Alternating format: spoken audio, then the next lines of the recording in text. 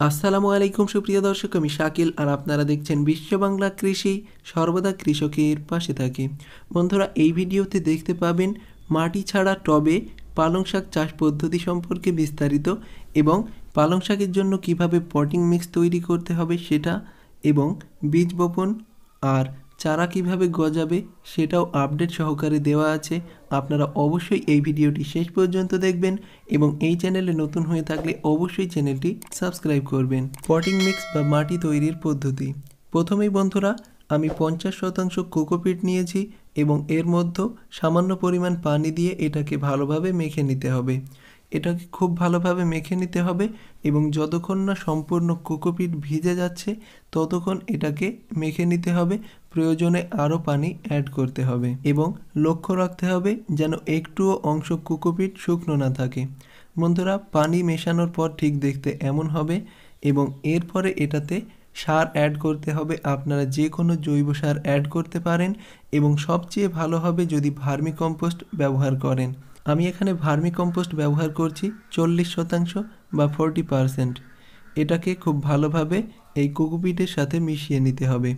এটা থেকে গাছ নিউট্রিশন পাবে, এই জন্য 40% অবশ্যই আপনাকে এটাতে প্রয়োগ করতে হবে এবং ভার্মি কম্পোস্টের পরিবর্তে আপনারা অন্যান্য কম্পোস্ট ব্যবহার করতে পারেন, যেমন গোবর সার, পাতা পচা সার ইত্যাদি। কোকোপিট এবং সার, এই দুটি উপাদানকে আমি খুব ভালোভাবে মিশিয়ে নিচ্ছি। এই দুটি উপাদান ভালোভাবে মিশিয়ে নেওয়ার পর এটাতে পারলাইট অ্যাড করতে হবে। আপনাদের কাছে যদি পারলাইট না থাকে তাহলে আপনারা 50% কোকোপিট এবং 50% জৈব সার প্রয়োগ করবেন এবং এর মধ্যে যদি কোনো উপাদান আপনার কাছে না থাকে তাহলে 50% জৈব সার এবং 50% সাধারণ মাটি ব্যবহার করবেন, তাতেই যথেষ্ট এবং খুব ভালো হবে। এবার আমি খুব ভালোভাবে এই উপাদানগুলিকে মিশিয়ে নিচ্ছি এবং এটা রেডি হয়ে গেছে এটাতে বীজ বপন করার জন্য। আপনারা এই উপাদানটা দেখলেই বুঝতে পারবেন এবং এটাতে আমি কোনো মাটি প্রয়োগ করিনি। এবার বন্ধুরা, আমি একটা টব ভরাট করে নেব এবং এরপরে বীজ বপন করতে হবে এই টবে। এই টবের মাটি হিসেবে আমি এই পটিং সয়েলটা ব্যবহার করছি। এবার ধীরে ধীরে এই টবটি ভরাট করে নিচ্ছি এবং একটু খালি করে আমি এই টবটিকে ভরাট করে নিয়েছি। এবার আমি হাত দিয়ে এটাকে সমান করে নিচ্ছি উপরের অংশটা। বন্ধুরা, পালং শাকের যদি বীজ বপন করতে হয় তার আগে পালং শাকের বীজ ভিজিয়ে রাখতে হবে। এখানে আমি কয়েকটি বীজ নিয়েছি, এই বীজগুলিকে আমি একটা পানিতে ভিজিয়ে নেব। এটা 12 ঘন্টা ভিজালেও যথেষ্ট, আপনারা 24 ঘন্টা পর্যন্ত ভিজিয়ে রাখতে পারেন এই বীজ।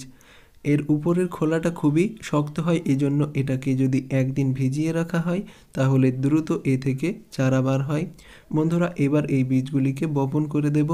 একদিন পরে ফিরে এসেছি এবং অবশ্যই দেখতে পাচ্ছেন বীজগুলি ভিজে গেছে এবং কালারটাও পরিবর্তন হয়ে গেছে।